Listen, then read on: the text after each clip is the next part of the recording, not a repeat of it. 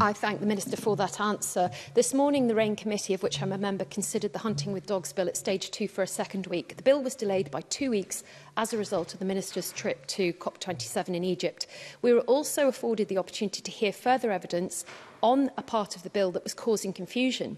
In stark contrast, despite the unavailability of a raft of extra evidence, the interim CAS review, for example, the UN Special Rapporteur on violence against women and girls, 2 separate court rulings on the effect of obtaining a GRC on the definition of women. I could go on.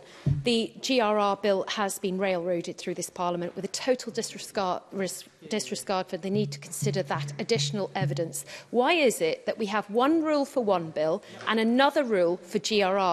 And does the Minister recognise the need for us as legislators to be allowed to do our jobs and apply adequate scrutiny to legislation using all of the evidence available to us? Minister.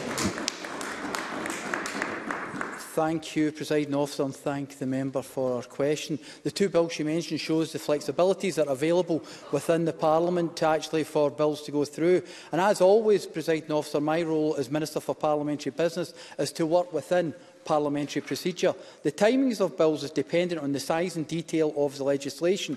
Once a bill is in the Scottish Parliament, it is for the Parliament to decide how it proceeds. On some occasions that might take a faster route than others, dependent on what the legislation is and what it is trying to achieve. Parliament itself, Presiding Officer, decides the timings of all bills.